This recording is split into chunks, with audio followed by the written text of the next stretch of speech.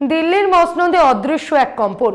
বিরোধী দলনেতা রাহুল গান্ধীর আকাশচুম্বী জনপ্রিয়তা আর একের পর এক রাজনৈতিক মাস্টার স্ট্রোক দেখে ক্ষমতার অলিন্দে এই মুহূর্তে তীব্র অস্বস্তি। আর সেই ঘাবড়ে যাওয়া থেকে জন্ম নিচ্ছে বিজেপির সেই চিরপরিচিত জরাজীর্ণ রণকৌশল, চরিত্র হরণের নোংরা খেলা। আদালতের চৌকাঠ থেকে শুরু করে রাহুলের বিদেশ সফর, সবকিছু নিয়ে কুৎসার ঝাঁপি খুলে বসেছে রাষ্ট্রীয় শাসক।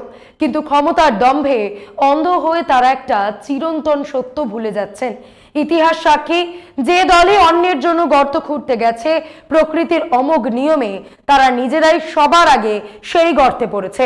রাহুল গান্ধীকে আইনি জালে আর কাল্পনিক হিসেবে বেড়া জালে ফাঁসাতে বিজেপি আজ নিজের অজান্তেই খোদ প্রধানমন্ত্রীর 762 কোটির বিদেশি বিলাসের হাট ভেঙে দিয়েছে। চক্রান্ত যখন বুমেরাং হয়ে নিজের বুকেই আছাড় খায়, তখন শাসকের দম্ভ কেমন দেখায়, আজ সেই নগ্ন সত্যেরই ব্যবচ্ছেদ করব। নমস্কার, আমি মধুরিমা ভৌমিক, আর দৈনিক সংবাদ অনলাইনে আপনারা দেখছেন সত্যি আসলে বেদনাদায়ক। ক্ষমতার অলিন্দে যখন ভয়ের আবহ তৈরি হয়, তখন শাসকের প্রথম অস্ত্রই হয় চরিত্র হনন আর আইনি হেনস্থা। ঠিক এটাই এখন ঘটছে দিল্লির রাজনীতিতে। লোকসভার বিরোধী দলনেতা রাহুল গান্ধীর আকাশচুম্বী জনপ্রিয়তা দেখে বিজেপি যে কতটা থতমত খেয়ে গেছে, তার সবচেয়ে বড় প্রমাণ এলাহাবাদ হাইকোর্টের লখনৌ বেঞ্চের সাম্প্রতিক এক নির্দেশকে ঘিরে তাদের অতি সক্রিয়তা।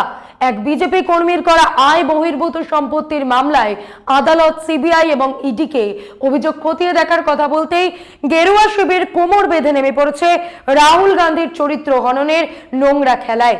আগামী 20 জুলাইয়ের মধ্যে এই মামলার অগ্রগতি সংক্রান্ত রিপোর্ট জমা দেওয়ার এই নির্দেশকে শাসক শিবির এমনভাবে প্রচার করছে যেন রাহুলের বিরুদ্ধে অপরাধ প্রমাণিত হয়ে গেছে। কেন এত ভয়?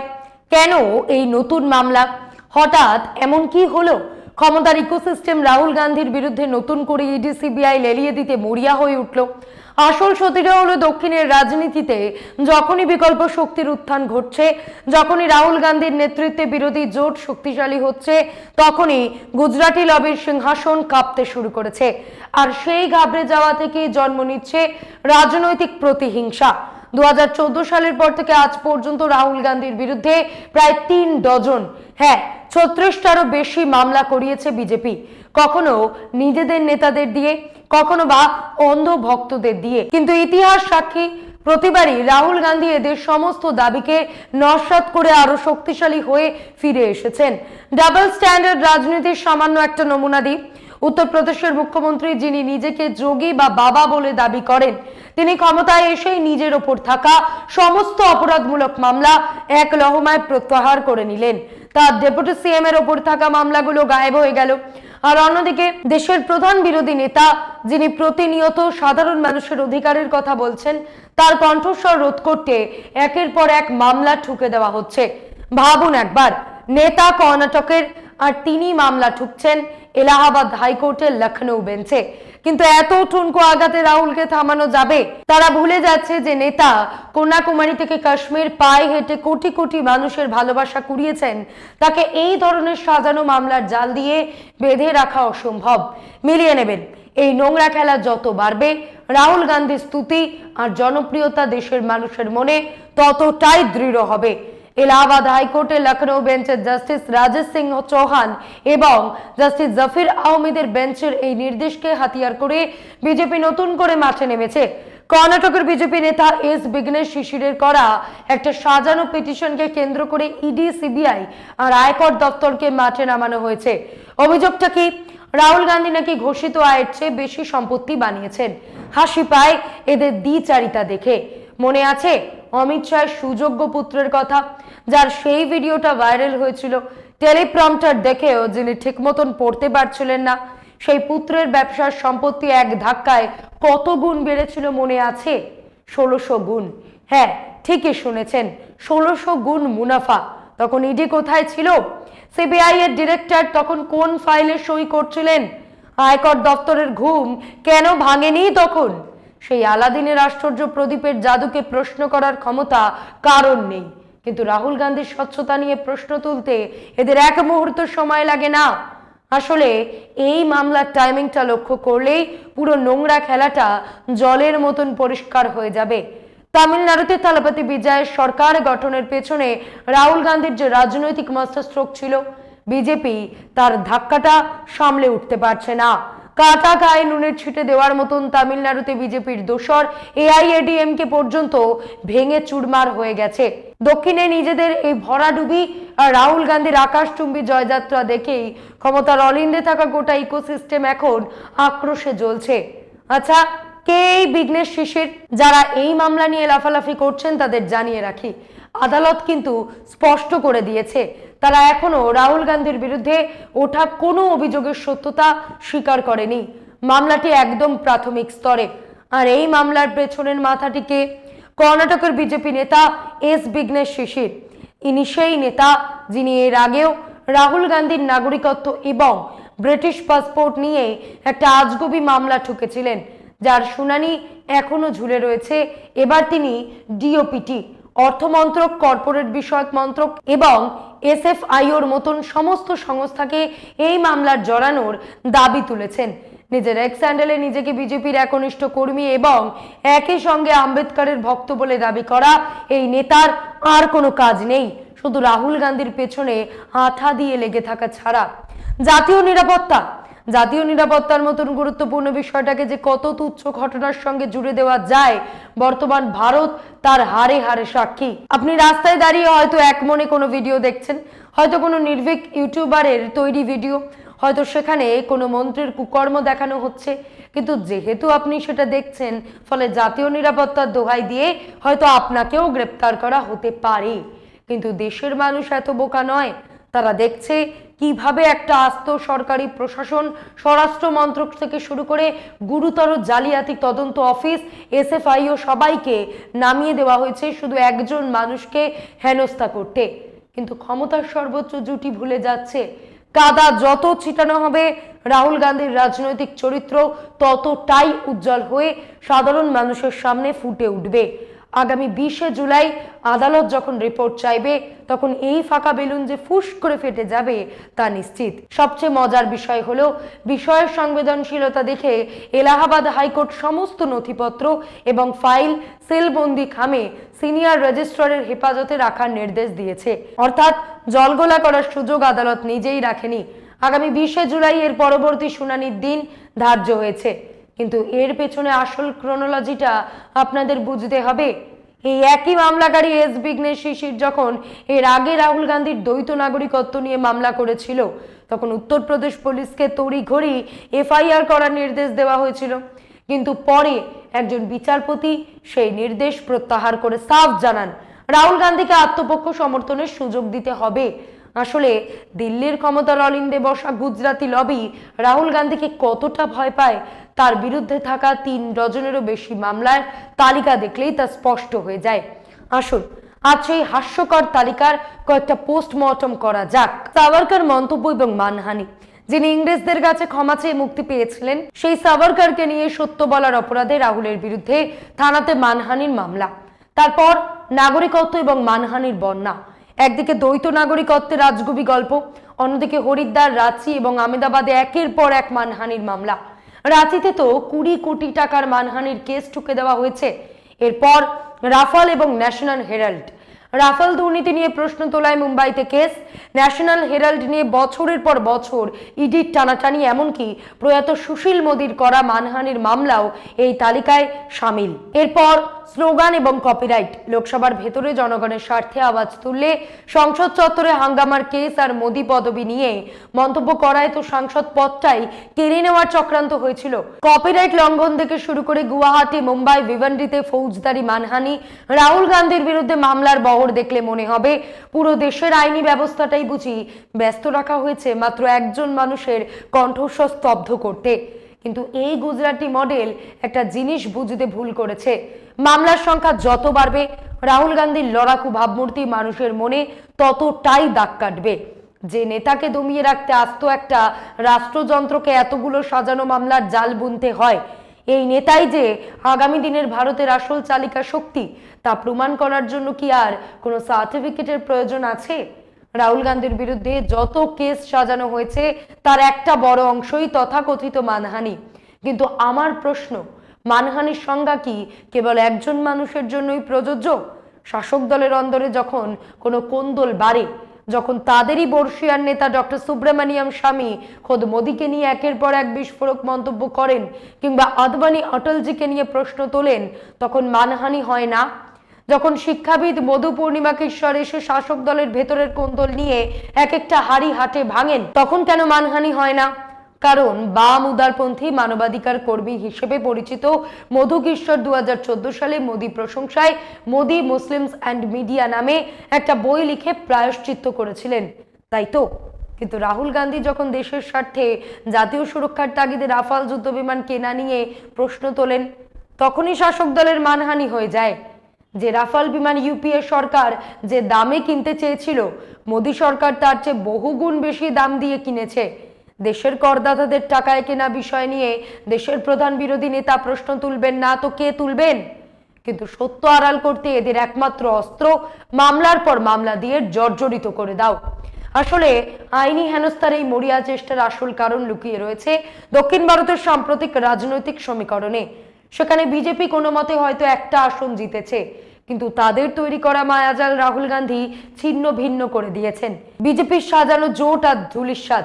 এআইএডিএমকের বিধায়করা নিজেদের রাজনৈতিক ভবিষ্যৎ বাঁচাতে তালাবাতি বিজয় এবং কংগ্রেস জোটের সরকারকে বাইরে থেকে সমর্থন দিচ্ছেন। দাক্ষিণাত্যে গেরুয়া শিবির তাদের হিন্দু বাঁচাও ন্যারেটিভে কলকে পাচ্ছে না কেন? কারণ দক্ষিণের রাজ্যগুলোতে শিক্ষার হার প্রায় 100%। তারা উত্তর ভারতের মতন হুজুগে ভেসে যায় না, যেখানে যুব সম্প্রদায়ের হাতে কাজ আছে। মসজিদের সামনে ডিজে বাজানোর মতন সময় তাদের নেই। তাই দক্ষিণে মন্দির বা ধর্মের তাস খেলে ভোট পাওয়া যায় না। সেখানে প্রশ্ন ওঠে রুটি রুজি, শিক্ষা আর উন্নয়ন নিয়ে। রাহুল গান্ধী ঠিক এই শিক্ষিত সচেতন আমজনতার কণ্ঠস্বর হয়ে উঠেছেন। আর সেই কারণেই বিজেপি আজ এতটা ঘাবড়ে গেছে। তারা বুঝতে পারছে সস্তা আবেগ দিয়ে আর রাহুল গান্ধীকে রোখা যাবে না। রাজনীতিতে একটা প্রবাদ আছে, পরের জন্য কুয়ো খুঁড়লে নিজেকেই আগে সেই কুয়োতে পড়তে হয়। রাহুল গান্ধীকে ফাঁদে ফেলার চক্রান্ত করতে গিয়ে বিজেপি আজ ঠিক এই হালই করে বসেছে। খোদ নরেন্দ্র মোদীকে এক অস্বস্তিকর কাঠগড়ায় দাঁড় করিয়ে দিয়েছে। বিজেপির মুখপাত্র সম্বিত পাত্র দিন 2 আগে প্রেস কনফারেন্সে রাহুল গান্ধীর বিদেশ যাত্রার তথাকথিত এক খতিয়ান তুলে ধরেন। তিনি পাই পয়সার হিসেব দিয়ে দেখাতে চেয়েছেন যে রাহুল গান্ধী বিদেশে কত খরচ করেন। কিন্তু যেই না তিনি এই তথ্য বাজারে ছাড়লেন, অমনি দেশের সচেতন আমজনতা নরেন্দ্র মোদীজির গত 11 বছরের বিদেশ যাত্রার খরচের আসল তালিকা নিয়ে সোশ্যাল মিডিয়ায় লাইভ চলে এসেছে। খতিয়ানটা দেখুন।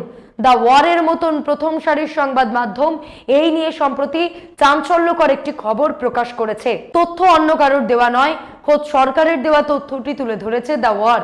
আপনারা স্ক্রিনে সেটা দেখতে পাচ্ছেন। দেখুন, 2015 থেকে 2025 এই 11 বছরে প্রধানমন্ত্রী নরেন্দ্র মোদীর বিদেশ ভ্রমণে দেশের সাধারণ করদাতাদের কত টাকা খরচ হয়েছে? 762 কোটি টাকা।